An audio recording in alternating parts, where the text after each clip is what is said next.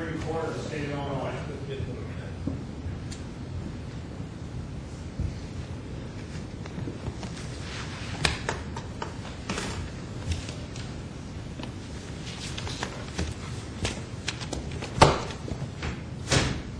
Mr. Marshall, the Supreme Court is reconvened.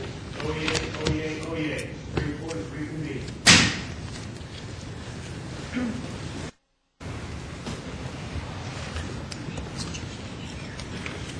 The first case on our call this morning is agenda number 18, case number 105577, Jerry Blount versus Joseph Stroud et al. Counsel may proceed. Thank you, Judge Fitzgerald. Your Honors, I am Robin Potter, and here today with me on the plaintiff's team, Martin Dolan, and either here in person or in spirit, plaintiff Ms. Blount, our co-counsels Terry Lavin, Collins Whitfield, and the incredible support we have, as you see in the amici, from the Mandel Clinic, University of Chicago, the National Employment Lawyers Association, and the Illinois Child Lawyers Association. Thank you for the opportunity to appear before you today to correct an injustice that has been done at the appellate court. The nature of this case is one in which a wealthy and powerful businessman tried to suborn perjury. He asked an employee to lie. She said no, and for that she was terminated. Had she complied, Ms. Blount would not be sitting here today as an employee protected under the public policy of the state of Illinois, but rather under the criminal code. She could be in a penitentiary, and that she refused to do, and that the law protects. We have before you today defendants who retaliated, and they got caught at trial with writings in their own hand offering to pay powerful former public officials to get Jerry indicted for refusing to lie. And they said at our trial, quote, "I want to make her suffer for refusing to do as we say." They paid witnesses with lavish gifts and salaries after having them file criminal charges against her, which the chief of police of Tinley Park refused to process. This was outrageous conduct found by a jury, and a trial judge who stayed with us from the beginning assigned to this case in February or March 2001. A very erudite trial judge with patience and discipline who issued over 10 memorandum decisions, who after 3 weeks of trial, where a jury was out for 4 hours, he came back with a memorandum opinion in our record at plaintiff's PLA brief at 825 with a JNOV decision finding significant testimony at trial demonstrated actual malice, violence, and oppression on the part of defendants with the element of outrage. The evidence submitted to this jury could be enough to support charges of assault and battery, perjury, bribery, and other criminal conduct. Other than perjury, though, there's nothing before. Isn't that correct? Correct, Your Honor. Yeah. The subordination of perjury is the basis of public policy retaliatory tort under Illinois common law. These defendants fired a woman who... Is that tort that you've mentioned in any way, does it any way relate to the Human Rights Act? No, Judge Fitzgerald. We argue persuasively, as this court did in Maximovich, that it is not inextricably intertwined. It does not need the Human Rights Act. It stands as its own on a tort basis. But even if it does stand on its own, it can, in a given circumstance, be intertwined with a tort that is based upon the Human Rights Act. It can be intertwined factually, as this court found in Maximovich, which was a sexual assault victim put in a cooler by her employer who tried to take advantage of her. But the Illinois Human Rights Act did not create the basis of the cause of action, even though there were some overlapping facts, because the tort stood on its own. And the question there presented, as in Palmatier in the long line of cases before this court, was there a violation of public policy, and was the employee discharged? And we have met that burden. So although Maximovich is good law, the controlling law, the appellate court did not apply it. And they should have, because this case is not inextricably intertwined with the Human Rights Act as creating the cause of action for the unlawful discharge. We don't need it. Perjury stands on its own. It doesn't matter what she was asked to lie about. It does not invoke the Illinois Human Rights Act. And in fact... Go ahead. No, I'm sorry. Go ahead. I'll hear what you're saying next. And in fact, let's look at the evidence of the attempts to perjury and why we're here, why the Illinois Appellate Court went astray and substituted its judgment for this trial court and this jury. What were the facts that it cannot supplant? Do not side against me. I can cause you to cease to exist, Ms. Blount, but I will tell the truth. Defendants, why is Bonnie so special that you will side against me, who made it all possible? Ms. Blount, I will not make any claims that Bonnie's allegations were not true. Defendants, you need to know who you're up against. I can make you cease to exist. I told him, I will not lie or perjure myself. Get the F out of my office. There is no place here for independent thoughts. Let her suffer. I am standing up for a friend and co-worker. Here's a picture of myself with President Clinton. You must know how powerful I am. That does not invoke the Illinois Human Rights Act. It invokes what is at the core of the root of our duties as citizens of the state of Illinois to not engage in the criminal conduct of perjury. That is the retaliatory tort. We're here today. Ms. Potter, in Yes, Your keeping Honor. with Chief Justice Fitzgerald's theme, is your response to the issue of the jury instruction, including both claims, as simple as the fact that that was just done for convenience of the jurors, or is there some other response you'd like to make? We thank Your Honor for asking that question. If you look at our reply brief and the appendix to the reply brief, we add the dialogue. These defendants have been well represented for 6 years by some of the largest law firms in this country. And it was defendant's request from Mr. Brody that that jury instruction be what it is and collapsed into one instruction on both claims. And our reply brief, I believe, sets forth the dialogue with the court on that. And we agreed that we have two claims, and only for the purposes of the instruction would the claim be presented to the jury in the instruction. It was at defendant's request. They wrote the verdict form and they wrote that instruction. And we'll note, Your Honors, that issue is waived. It was never raised by the defendants in the JNOV or in the appeal to the appellate court that was created out of whole cloth by the appellate court and should never have been before it. And we can quote you, and we do quote Counsel, in the I do have a question now.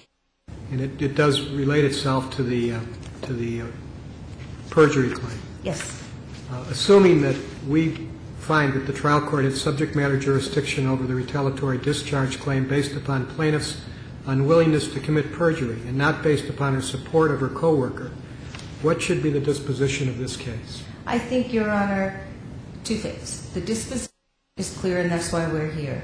Reverse in full and reinstate the jury verdict and His Honor's JNOV, the circuit court's refusal to grant a JNOV. Because at the same time... Is there any problem with the joint instruction in that I would think it might be argued you don't know what the basis of that finding was from the jury's following the joint instruction? I think we know the basis of the joint instruction, Your Honor, because it was defendant's instruction and because, as Judge Goldberg read to the jury, it includes both at defendant's request and never appealed and waived, which is, I'm now going to give you the instructions relating to plaintiff's first claim in which plaintiff alleges she was terminated by defendant Jovan in whole or in part in retaliation for her protected activities, one, including her refusal to agree to commit perjury and her support of Ms. Stout's claim of discrimination and or opposing defendant's treatment. We say to that both issues were presented to the jury, the verdict form is attached here, and they could have said no, but they didn't because they found both, as they were asked to do. The significance of the If the instruction being the defendant's instruction, Yes. Was the defendant's instruction to couple the two issues Yes, together? and we cited for your Is- honor. If I may. Theory that any error that flowed from that would be invited error? Yes, and there was no error and it was never appealed. It came from whole cloth from the Invited appellate court. error and waiver. Complete waiver. Complete unadulterated waiver. This defendant never changed instruction in the JNOV or to the appellate court. They claim that they filed 12 different motions, not a one challenging their instruction, nor could they because Jenna wrote the instruction. And we simply agreed for purposes of the instruction. And I believe we cite Mr. Brody's exchange with the court in our reply brief. And I can almost put my fingertip on the page in a moment to assist Your Honor. So it's a complete waiver, and the jury heard all the evidence. They heard the evidence that she was retaliated against under Section 1981 of the Civil War Amendments because she testified and agreed to testify on behalf of a white co-worker in her federal discrimination claim. That issue was presented. They had an opportunity to reject and sign on the verdict form. No. But they said yes, and they appointed damages for that. We will say, Justices, that it is very clear that we all know that 1981 is a different remedy than the public policy tort remedy. When the jurors came back and assessed damages in the verdict forms, they assessed punitive damages under Section 1981, and very clearly we were awarded attorney's fees under that statute, which does not apply to the public policy tort because that's a common law claim. Is the 1980 claim still before us?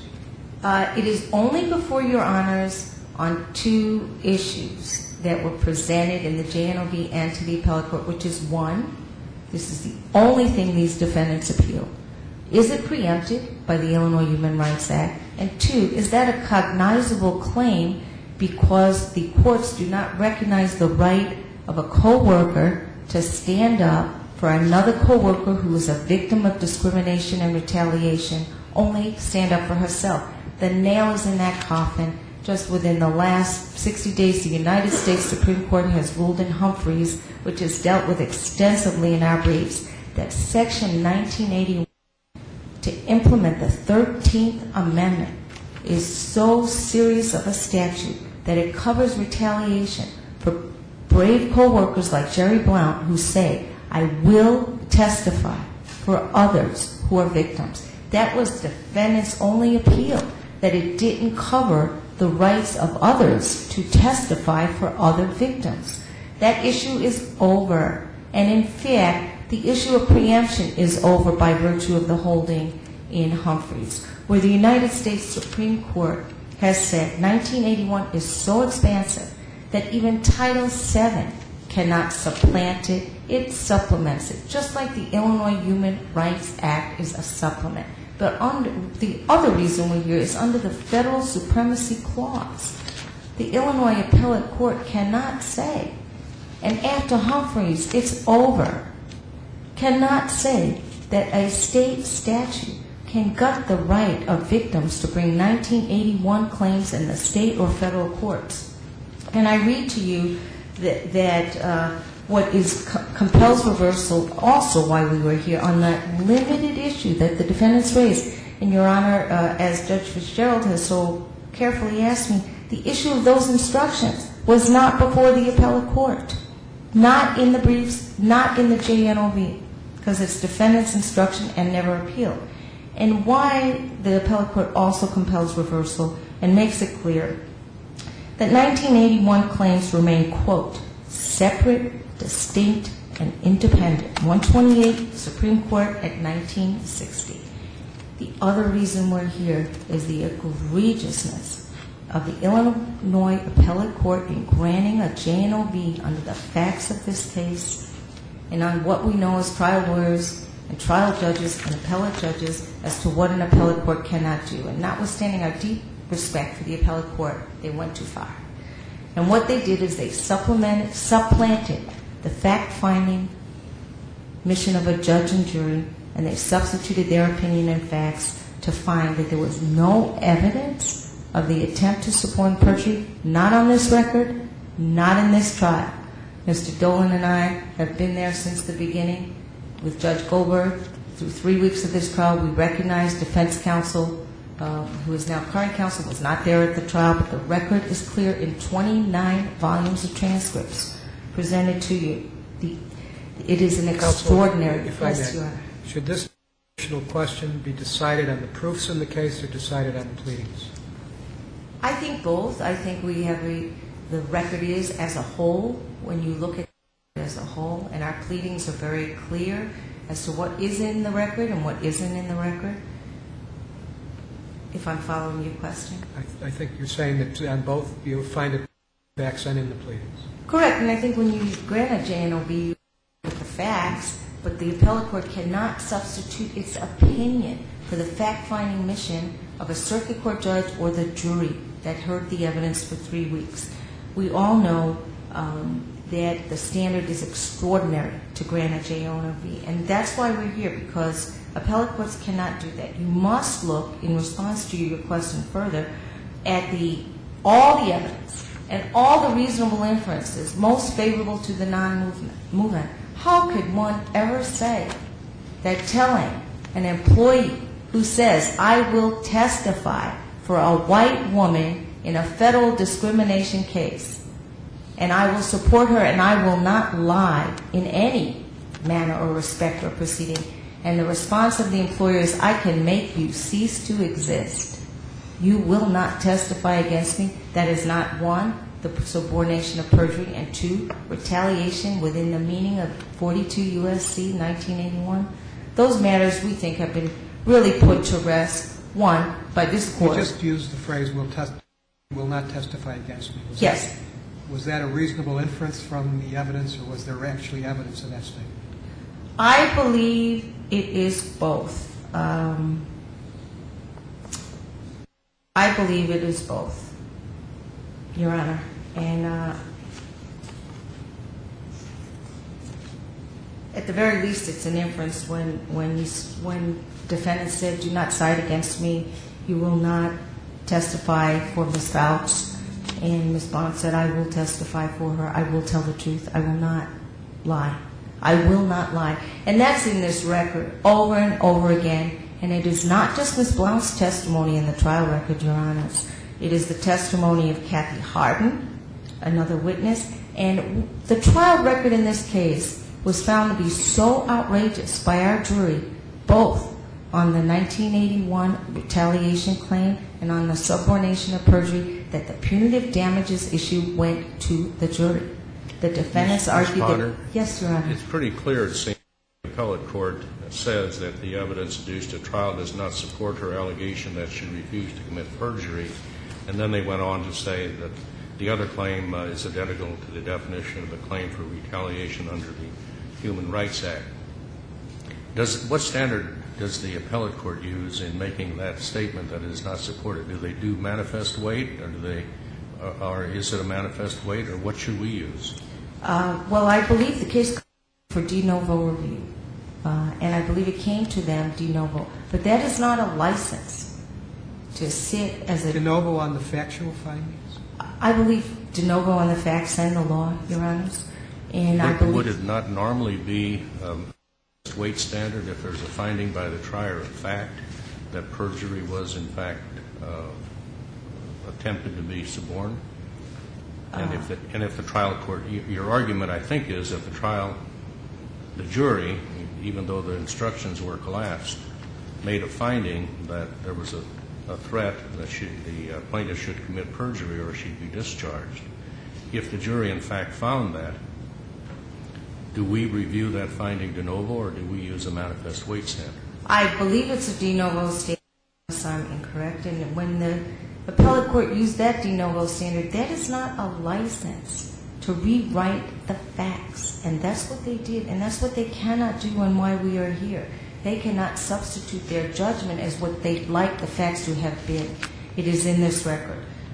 I would also like to note, for Your Honors, on page 3 of our reply brief, the exchange that we were asked about, where it's the defendant's lawyers who wrote the instruction that Justice Fitzgerald asked about earlier, and why this is still a firm verdict to be affirmed on Section 1981 and why the verdict does not have to be parsed out. Mr. Brody, I made a suggestion. Looking at Ms. Potter's instructions, 7A and B, they're identical except for a couple of words. 7A, which we've already looked at, defined the protected activity as including her support of Ms. Blount's claims of discrimination for opposing defendant's treatment, and 7B was the same, except it said including a refusal to commit perjury. I'm proposing that we just combine these two, so it will read, Ms. Blount claims she was terminated by defendants in whole or in part in retaliation for protected activity, including a refusal to agree to perjury and/or her support of Ms. Blount's claims of discrimination and for upholding defendant's treatment of Ms. Blount. We ask this verdict be upheld in full and that the JNOV entered by the appellate court be vacated. Thank you. Mr. Jones.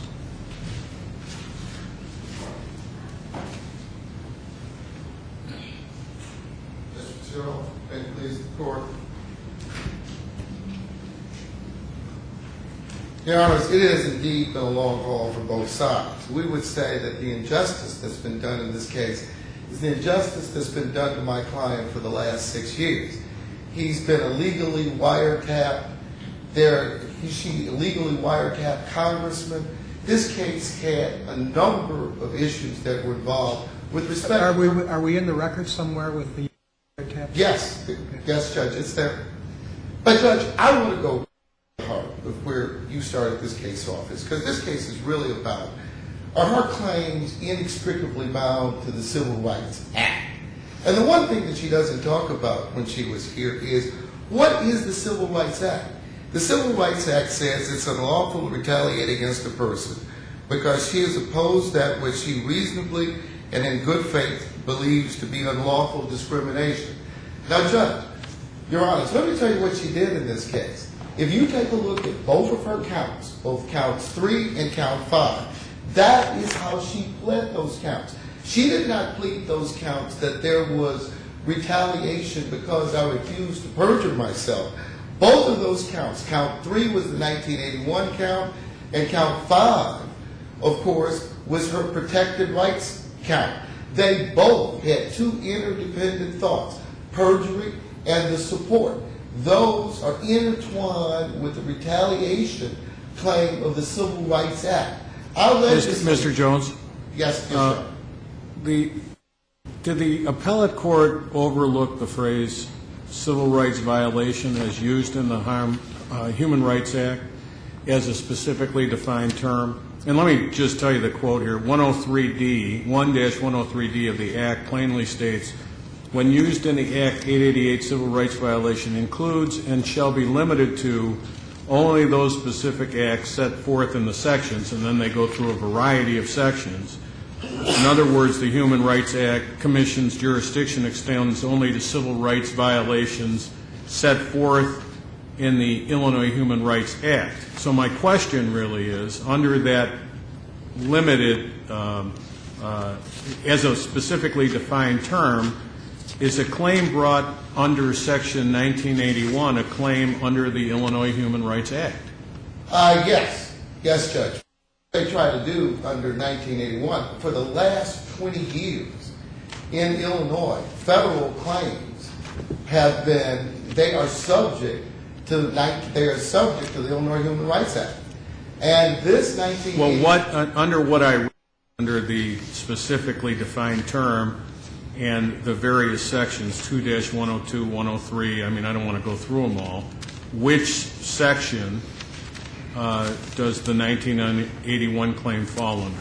It falls under, Your Honors, it would fall under what I've read, under the retaliatory discharge, under what's defined as a civil rights violation is the 56101. That's where, and it would fall under that section. It's the same civil rights violation as the retaliatory tort claim. And when you take a look at all the case law for the last 20 years, whether it's 1981, 1983, they have all, for the last 20 years, every court that's ever looked at this found, whether it's age discrimination, they all fall under They're all federal civil rights claims that are subject to the Illinois Civil Rights Act. Well, let me put it this way.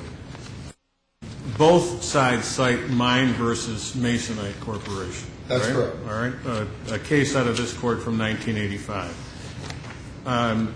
I'm a little confused as to why it's cited, and I'll tell you why. The court in that case did not say whether it was using the term in a broad or generic sense, or whether it was using it as specifically defined in 1-103D, what I just read you, as to what civil rights violation, whether it would fall or not.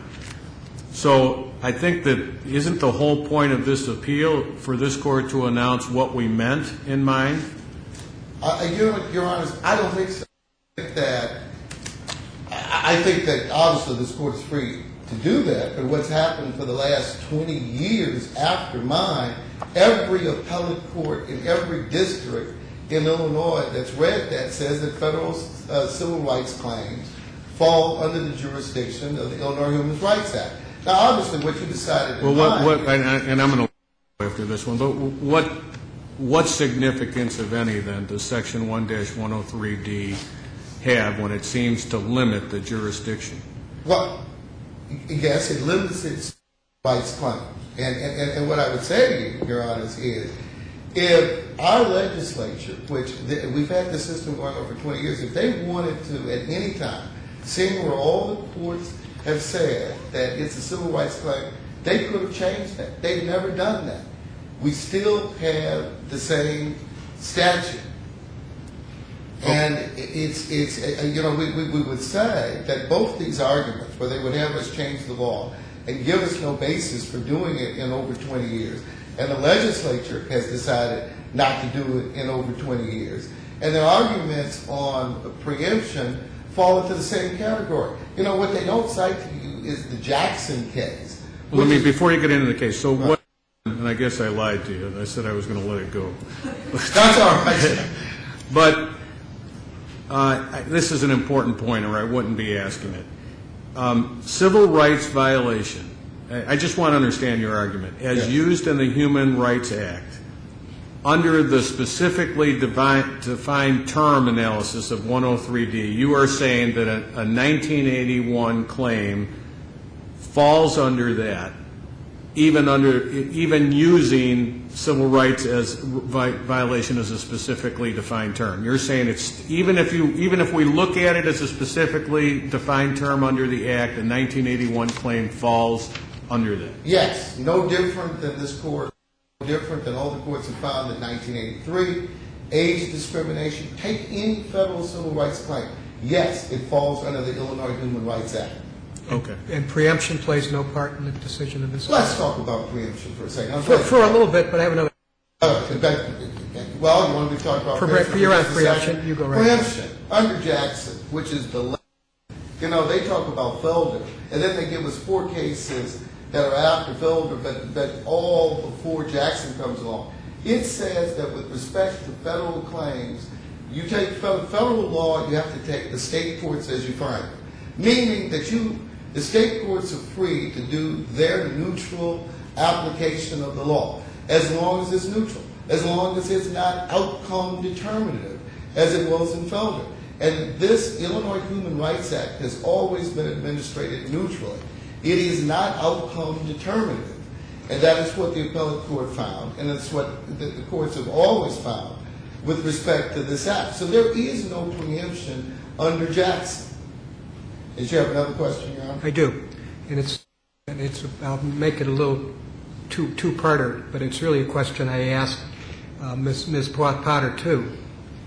The ultimate issue in this case is whether the circuit court had subject matter jurisdiction or whether it had lost subject matter jurisdiction to the commands of the Human Rights Act. Isn't that correct? That is correct, Your Honor. Right.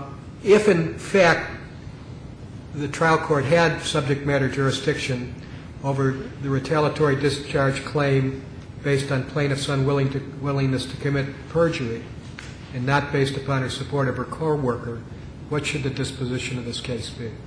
Well, I think that, Your Honor, that because there were so many other issues on appeal, I can't see but anything but that it would be sent back to have those issues Well, resolved. Is this was correct when she suggested that the combined instruction was tendered by the defense? Judge, this combined instruction was agreed to by both sides. This combined instruction, that's why I have you read her count 3 and her count 5. The reason this instruction was all raveled into one, they are the identical language of her count 3 and count 5. I just have your honors take a look at it. Her count 3 and count 5 are identical. And that's the language that was used. It was an agreed instruction. It's not something that we dreamt up out of whole cloth. She agreed to that instruction, and you will somebody tendered. Which side tendered? I can't tell from the record. I think it was agreed by both sides. But I'll tell you why it's agreed to by both sides. She wouldn't have agreed to it if she thought it was something that didn't go along with her counts. Just read her counts. It's virtually the identical language in both count 3 and in count 5. Count 3 being the 1981 claim, and count 5 being the retaliatory discharge claim. Well, that, just to end, another question I asked her, in deciding the jurisdictional question, do we look to the proofs in the case, or do we look to the complaint in the case? I think we have to look at the pleadings of the case, at what was pled. I think that really what this case really comes down to is, in order to be able to find inextricably bound, what did you argue to the jury? What was the jury told that the protected rights claim was here? Your Honor, we would not be here if she had put in the jury instruction that her protected right claim was solely perjury. Then we'd be at the Palatine. But that is not what she did. She always, and look at what she argued to the jury, look what she said in opening statement, look what the jury instruction is. She always said it was two interdependent acts, that there was perjury and support of Ms. Faust's claim. That takes us right back to what the legislature has defined as a civil rights action. That's it, right on the money. They are intertwined. Your Honors, ask yourself this. Why in both her response and in her reply brief does she dodge the jury instructions? She doesn't say one word about this where we say the intertwining in the jury instructions, the interrogatory that was sent to the jurors, and the counts 3 and 5. The reason they don't want you to focus on that is because that, Your Honors, is what the intertwinement is all about. That's what was told to the jury. This jury wasn't asked to decide that, ladies and gentlemen, they weren't given an instruction that said, look, her protected rights claim is solely perjury. And if you find perjury, that's all you need. Oh, no. She bundled it and intertwined it with the civil rights claim that I read you. You can't get away from it. As Your Honors has said, that when you do that kind of intertwinement, you can't decide the legal duties of this claim without reference to the intertwinement that she did. So therefore, this claim is so clearly intertwined. This is what the jury based this decision upon. This is what they were told. This is why the Court of Appeals did what it did. And incidentally, they didn't supplant their thoughts. When she says, first of all, there's nothing in the record about you will never testify against me. That is absolutely not, that's not in the record. The only thing as the Court of Appeals pointed out was, he said from time to time, why are you not supporting me? And I would say this to you, what the Court of Appeals does in passing, they did not usurp anything. They only said that from in passing, it just looks to us, we didn't see anything about perjury.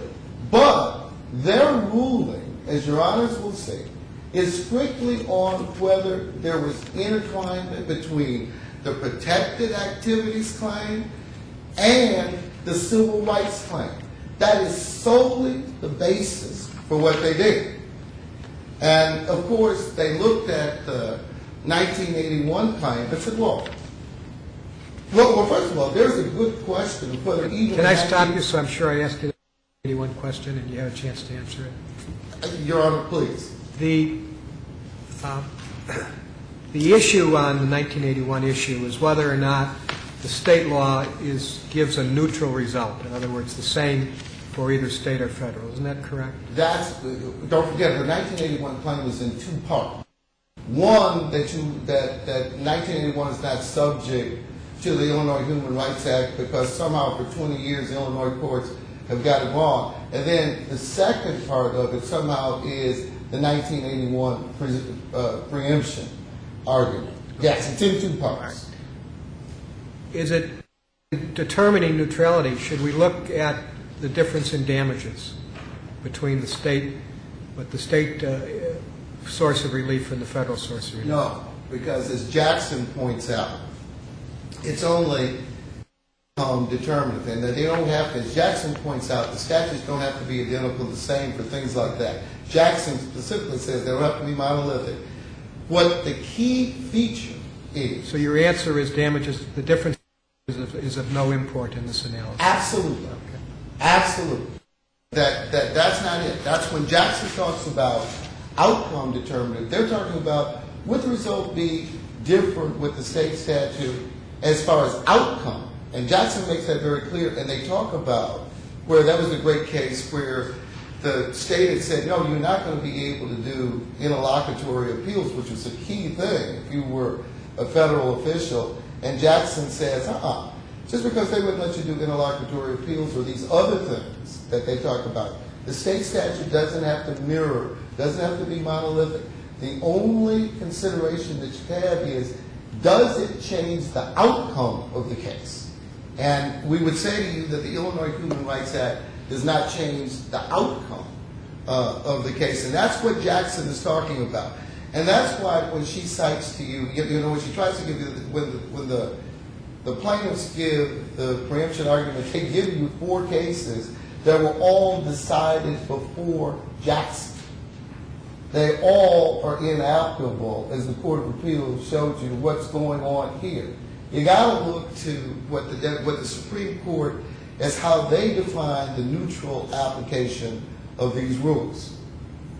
And we take you back into this case. What plaintiffs really want to do now is they want to create an argument out of whole cloth that was never given to the jury in this case. The jury was told quite specifically from opening statement to closing arguments to the very instructions that they were given, that this case is not just about perjury, that this case is as encompassed by the Civil Rights Act, that the retaliation was that she opposed that which she reasonably, in good faith, believed to be unlawful discrimination. Your Honor, she chose this path. She decided to forego the Illinois Human Rights Commission. She took the path not to go. She wanted to take a straight claim in 1981 to the federal courts. And the moment she did that, once intertwining these two, she put herself within the jurisdiction of the Illinois Human Rights Act, which I might say that our legislature has put considerable resources in ever since before the decision that you made in mind. They have chosen that as the vehicle for certain civil rights acts, that any acts that fall within that, which clearly we have one here, falls within that. And that's what was done in this case. It is too late. That's why she attempts in her pleadings, both in the response and the reply, she doesn't want to talk to you about that jury instruction. She doesn't want to get up here and say, but wait a minute, counsel, what about the part where you put not just perjury and supporting Ms. Faust? Why isn't that intertwined? How do you get out of the Civil Rights Act when you do that kind of intertwinement? Because they avoided that like the devil avoids holy water in their briefs. Because they know that's what the Court of Appeals bottomed its decision on. And we would ask you that based upon this, and based upon the long-standing law in Illinois with respect to Federal Civil Rights Act, one thing I forgot to argue about the 1981, it could be that in this case, there's no 1981 verdict. Because you know what the court refused to do in this case? When they went back and asked the judge, because they realized 1981 requires that the judge make some kind of finding on the record. They go back in the nunc pro tunc. I just have you look at this, and they go back and say, oh my God, we didn't do that. And they go back and they give the judge this order. Judgment is entered on behalf of plaintiff Jerry Blount and against defendant Broadcasting for her claims under 42 U.S.C. section 1981 and the Illinois Tort of Retaliatory Discharge. Guess what? The circuit court refused to sign that. He refused to sign that this verdict was also a 1981 claim. Now, yeah, we understand that he gave damages. Mr. Jones, do you have at your fingertips under the Act what section 1981 would fall under with respect to the definition of civil rights violation? No, I don't, Joe. Okay. Now, I don't have it without looking at the various ones that have been in the past. But I'm confident by looking at what the courts have done for over 20 years, whether it was age discrimination, whether it was 1983, that it would fall under that same one section. of those sections? Right. And you know, finally, that with respect to Humphreys has nothing to do with But your this. first argument is we don't even have an issue before us. I'm saying that there's a possibility that you don't even have a 1981 claim in front of you. And I think that this court needs Well, to... could we be faced at any point with the necessity of remanding it for a decision on that issue? I don't think so, because, Your Honor, I think because it's so clear that even if they did have a 1981 claim, that it would have the same fate, that it would be intertwined with the retaliatory discharge claim. And so I don't think so. You have a red light, but I do want to give you to deal with one other area. Thank you, Your Honor. And that's the limitations period between the Human Rights Act and the federal statute, 120 days and 180 days. And I think the firm reading of Jackson will show you that when these issues were brought in Jackson, they go through a number of different cases. And that's what they mean, that the state, in determining the neutrality, you don't have to be monolithic. It doesn't have to say, well, okay, certain things would be true under the state, certain things would be true under the federal. What the federal case Johnson wants you to understand is the key thing, that their distinction with Felder is it going to be outcome determined? And that's why, in answer to your question, under Johnson, just think about this, that the federal people could have brought interlocutory appeals. If it had been brought in federal court, they would have immediately gotten an interlocutory appeal. Idaho says, no, if you bring this in state court, you're going to find the state courts as you find them. Our administrative law says that you're not going to get that interlocutory appeal. And Johnson says that's okay, because what's done here is not outcome determined. Thank you, Mr. Jones. Thank Just you. ask one question. One moment, Mr. Jones. One quick question. You said in passing at the end we might not even have a 1981 claim here. Would that just do away with both your and the appellate court subject matter jurisdiction argument? Well, you would. I mean, you're not saying a perjury count there'd be jurisdiction. I know you're saying that they were merged together, but you ended by saying there might not be a 1981 claim. That wouldn't come under the perjury count wouldn't come under the Human Rights Act in and of itself, right? Well, her retaliatory discharge charge claim, which was of the two parts, we say that there was no jurisdiction because it was intertwined. And only if there was no 1981 claim, that would just be, we would have this whole argument about 1981. That's the only thing that I'm saying there, Your Honor. All right, thank you.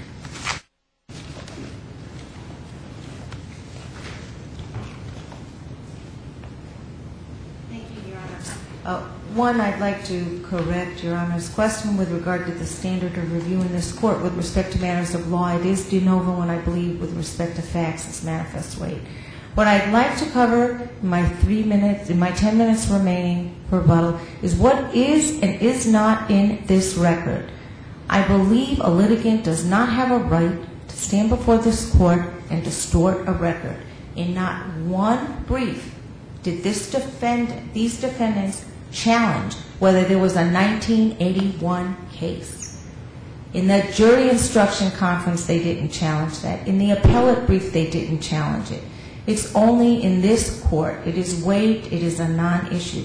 We tried the issue of retaliation for So your position is you have a verdict on that? we have a verdict on that. What's the significance of the trial judge not signing the order?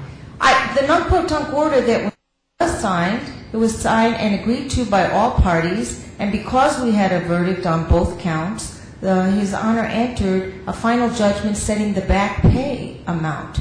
I believe the defendant was not accurate with Your Honors, and the non-proton is in the record. His Honor never refused to sign it. We rewrote it and reached an agreement. Just like the distortion here that this was my jury instruction or my verdict form, we've read to you from our reply brief quoting defendant's counsel, page 3 of our reply brief. I think we should argue what is in this record and what's accurate. When we look at the retaliation verdict that's attached to our brief and appendix, and at 823, and it's in the record at C4981, these were agreed to. The 1981 issue was tried. It is not an issue that was not before this jury. We put on evidence for 3 solid weeks, and for the 5 years before that, this issue has never come up in the briefs until this court that the 1981 issue was not before the jury or before Judge Goldberg. And that issue, Your Honors, is not, that verdict should be reinstated and the JNOV reversed. And as Judge Thomas has asked here, what is in the Human Rights Act that's covered by 42 U.S.C. 1981, a statute passed in 1866? We're dealing with 150 years of law to implement the 13th Amendment. That provision very carefully covers the right of black citizens to enter into contracts, the same as white people, to be parties to give evidence to the full and equal benefit of the laws as enjoyed by white citizens. The Human Rights Act does not cover all contracts. The Human Rights Act has a 180-day statute of limitations. 1981 is 4 years.